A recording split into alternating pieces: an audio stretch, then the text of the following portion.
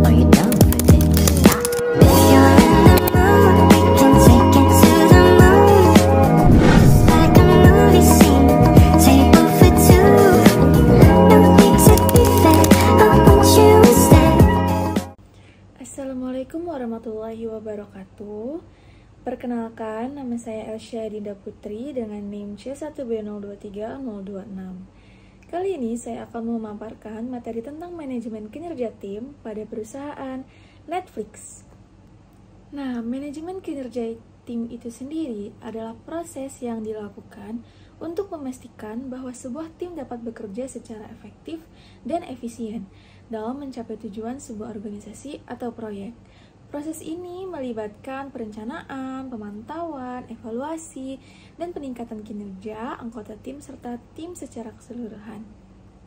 Di dalam manajemen kinerja tim terdapat beberapa aspek penting. Yang pertama, perencanaan.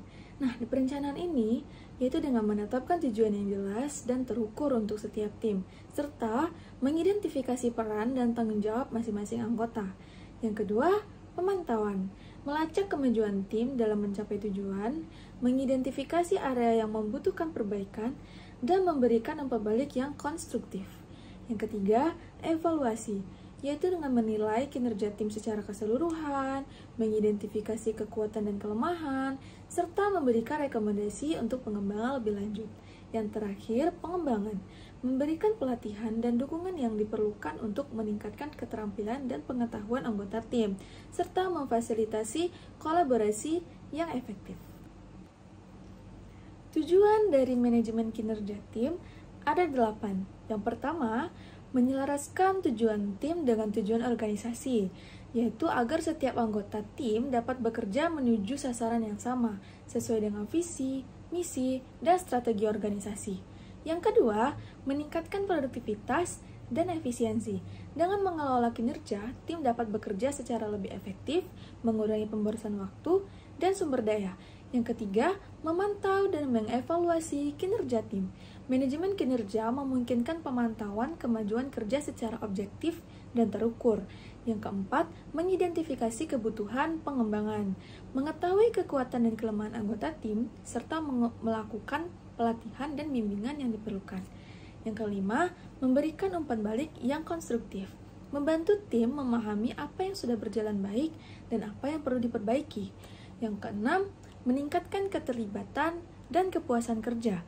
Kinerja yang dikelola dengan baik, memberi rasa dihargai, memperkuat motivasi dan loyalitas karyawan. Yang ketujuh, mendorong kolaborasi dan sinergi, mengembangkan budaya kerjasama dan komunikasi yang baik antar anggota tim. Dan yang terakhir, mendukung pengambilan keputusan. Data kinerja tim membantu manajemen dalam membuat keputusan strategis terkait promosi, rotasi, atau restrukturisasi.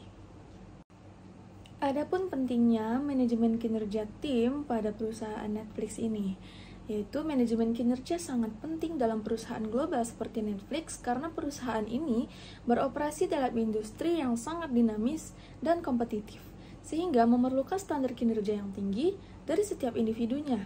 Sebagai perusahaan yang mengadopsi budaya freedom and responsibility, Netflix memberikan kebebasan besar kepada karyawannya dalam mengambil keputusan. Namun, kebebasan ini diimbangi dengan tanggung jawab yang tinggi terhadap hasil kerja. Oleh karena itu, manajemen kinerja diperlukan untuk memastikan bahwa setiap anggota tim tetap fokus, produktif, dan mampu memberikan kontribusi maksimal terhadap tujuan perusahaan. Selain itu juga, manajemen kinerja membantu Netflix menjaga konsistensi kualitas di seluruh dunia, mengingat mereka memiliki tim global dengan latar belakang budaya yang beragam. Proses evaluasi yang berbasis feedback terus-menerus juga mendorong pertumbuhan individu dan mempercepat inovasi dalam tim. Dengan manajemen kinerja yang efektif, Netflix mempertahankan talenta terbaik, mendorong kolaborasi yang sehat, serta memastikan perusahaan terus berkembang secara kompetitif di pasar global. Nah, di slide sebelumnya, saya sudah sedikit menyinggung tentang Netflix. Sebenarnya, Netflix itu apa sih? Yuk kita bahas. Netflix adalah perusahaan penyedia layanan streaming berbasis langganan yang menawarkan berbagai film, serial televisi, dokumenter, dan konten hiburan lainnya secara on-demand melalui internet. Didirikan pada tahun 1997 oleh Reed Hastings dan Mark Randolph di Amerika Serikat. Awalnya, Netflix beroperasi sebagai layanan penyewaan DVD melalui pos. Namun, sejak tahun 2007, perusahaan ini bertransformasi menjadi pelopor layanan streaming digital dan kini telah berkembang menjadi salah satu raksasa hiburan global dengan jutaan pelanggan di lebih dari 190 negara. Selain menayangkan konten dari berbagai studio, Netflix juga memproduksi konten orisinal sendiri yang dikenal sebagai Netflix Originals, seperti Stranger Things, The Crown, and Squid Game, yang telah meraih popularitas dan penghargaan internasional. Kesuksesan Netflix tidak hanya didukung oleh inovasi teknologi dan konten yang berkualitas, tetapi juga oleh budaya kerja yang unik dan manajemen kinerja yang menekankan pada kebebasan, tanggung jawab, dan hasil. Nah, budaya kerja yang ada di perusahaan Netflix ini dikenal dengan prinsip freedom and responsibility, yaitu memberikan kebebasan besar kepada karyawan untuk mengambil keputusan, namun disertai tanggung jawab penuh terhadap hasilnya.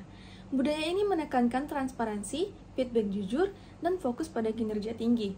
Netflix hanya mempertahankan talenta terbaik melalui filosofi Keeper Test, menciptakan lingkungan kerja yang kompetitif, inovatif, dan sangat berorientasi pada hasil. Seperti halnya yang sudah dijelaskan tadi, strategi manajemen kinerja tim di Netflix berfokus pada hasil, bukan proses, dan sangat dipengaruhi oleh budaya freedom and responsibility. Netflix tidak menggunakan sistem KPI atau evaluasi tahunan secara tradisional. Sebagai gantinya, mereka menerapkan beberapa strategi sebagai berikut. Yang pertama, feedback berkelanjutan. Karyawan dan manajer saling memberikan feedback secara terbuka, langsung, dan jujur untuk mendorong perbaikan terus-menerus. Yang kedua, filosofi Keeper Test. Manajer secara rutin mengevaluasi apakah mereka akan mempertahankan seorang karyawan jika orang tersebut ingin resign. Jika tidak, maka saatnya mencari pengganti. Yang ketiga, fokus pada talenta terbaik. Netflix hanya mempertahankan karyawan dengan kinerja tinggi dan siap mengganti yang tidak sesuai standar. Yang keempat, kompensasi kompetitif. Gaji dan bonus yang diberikan berdasarkan kontribusi individu, bukan senioritas atau masa kerja. Dan yang terakhir, transparansi dan tanggung jawab.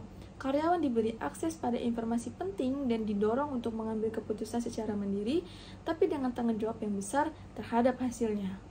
Telah sampai kita di penghujung materi, yaitu kesimpulan manajemen kinerja tim di Netflix didasarkan pada budaya kerja yang mengutamakan kebebasan, tanggung jawab, serta kejujuran. Alih-alih menggunakan sistem evaluasi tradisional, Netflix mengandalkan feedback berkelanjutan, transparansi, dan seleksi ketat melalui filosofi Keeper Test. Strategi ini memungkinkan perusahaan mempertahankan talenta terbaik, mendorong inovasi, dan menjaga standar kinerja tinggi di seluruh tim dengan pendekatan yang berani dan fokus pada hasil. Netflix berhasil menciptakan lingkungan kerja yang kompetitif namun dinamis, yang mendukung pertumbuhan bisnis secara global.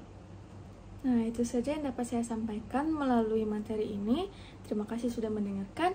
Assalamualaikum warahmatullahi wabarakatuh.